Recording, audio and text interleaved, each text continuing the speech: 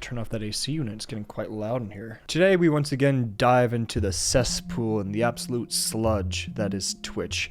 I have talked about Twitch so many times now on this channel that I think I've lost count. After watching all the videos, if you could gauge the temperature on what I think of Twitch, I'd say it's, how would I phrase it? It would definitely be getting a lower ranking. It's not getting any gold stars from me. But this is a completely different kind of scenario that I really didn't expect. Twitch is being fined by an entire country.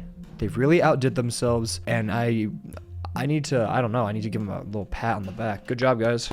You did it. But this is an interesting story because it's one of the few stories that I can actually understand. And bear in mind, there are no winners in this story. It is actually it's a bummer. It is a bummer from start to finish. So essentially what happened a couple days ago, in fact I think it was yesterday, Twitch announced that they will no longer be providing services in South Korea, with the reason that they stated publicly was that it was for money, it was for budgeting. Apparently it was too expensive to provide their services over in South Korea, and so they decided to just can it entirely. I can imagine you hearing me say that you might think that's obvious. Oh yeah, that's an obvious lawsuit.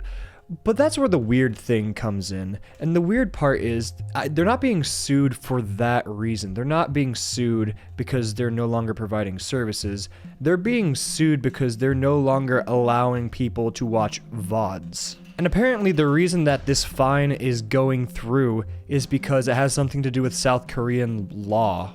Which is, you know, that's a bummer on you, Twitch. That's really is a bummer on you. Because that happens from time to time. And like with, for example, Japan, over in Japan, they have really strict copyright laws and stuff like that where you can't even put put music out on streaming. That's why there's no Nintendo music on streams. You just get these little knockoffs. This is kind of a similar situation to that. And the fine that Twitch got hit with was a whopping, staggering 300 grand or like 430 grand, something like that. So quite a penny. And it's, you know, it's like companies, they can pay off stuff like that easily, but not Twitch. Twitch is not your average company. They're not your average Steely Dan. They're different because they are relatively smaller. And I know they got Amazon behind them, but when you hear them talk about money and budgeting, it makes it seem like they're struggling to get by. So I can imagine 300 grand to them is going to be quite the pickle. But taking a step back and looking at this entire situation, there's no winner here. Because if Twitch can't afford to do services in South Korea, they just can't. And, you know, not much you can really do. They have no choice but to move. Granted that they're telling the truth, or I don't know if they're being stingy or not, but seeing how they operate, I wouldn't doubt it. I think that they actually do need to save up on some money.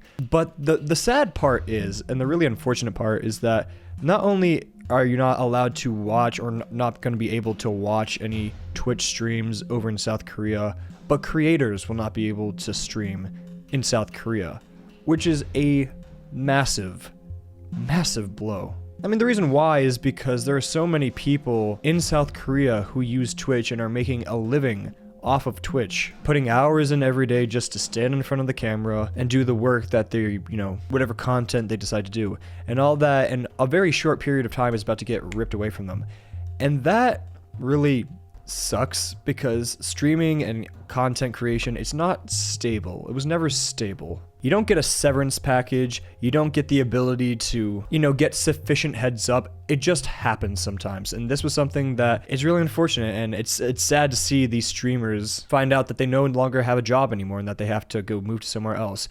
And this is where I'm going to give Twitch some points. The CEO of Twitch said that what's he gonna do? The CEO of Twitch did say that he would help those streamers that are gonna be misplaced in South Korea who no longer have the ability to stream. He said that he would help them find other streaming platforms so that they can continue to do their work. So I do have to give him props for that. That's a really good thing that he's did. That's really cool that he was able to do that and hopefully put time out of his day to help find these creators another platform. The entire situation is just extremely interesting to me because for me it just kind of came out of the blue. I really didn't even think about pricing in other countries and, you know, the maintenance that it would take to stream in other countries. That never really occurred to me. I don't know. I assumed that the streaming internet of Twitch was just this giant bubble that we all just live in, and that if the bubble pops then everybody goes.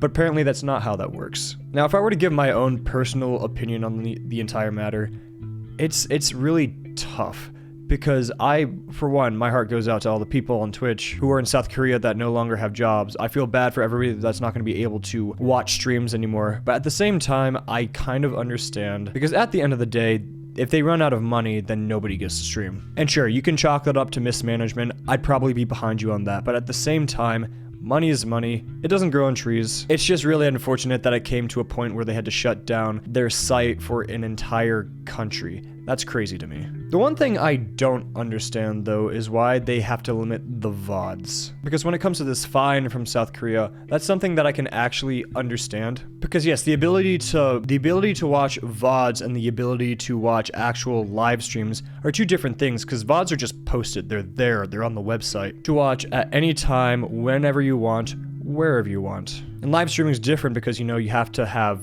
signal. It's just a live feed. I can understand why that would get cut, but I think that they could, or at the very least should, find a way to make it so you can still watch VODs. I feel like that's something that should be within Twitch's powers. And who knows? I might be wrong. I might be talking out of my butt. And who knows? Maybe they just can't do that. And maybe they knew that going in. I hope that Twitch has smart lawyers who understood South Korean law and knew that by cutting them off that they'd get this fine, unless they found a way to make sure that they could still watch VODs.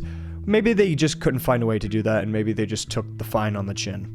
Who knows? As of right now, Twitch isn't responding to anything or anybody due to confidential legal stuff. You know, the mumbo jumbo. The same shake we've all been fed. The same cheese we've all smelt. It's likely that we'll know more in the future and we'll get more details as to why the budget was so bad for Twitch that they decided to cut South Korea off completely. And that leads to the even bigger question, where are all these streamers in South Korea gonna go? Are they gonna go to YouTube, or is there other streaming services that are in South Korea that aren't anywhere else? Regardless though, it's gonna be really, really tough to build that audience back up, because moving to an entirely different platform, it's tough to get every single fish in the net, for lack of a better expression. Right now, the entire situation is just kind of foobar, and we're just gonna have to wait and see what happens. I can say one thing for sure. Twitch is $400,000 shorter than they were a couple days ago.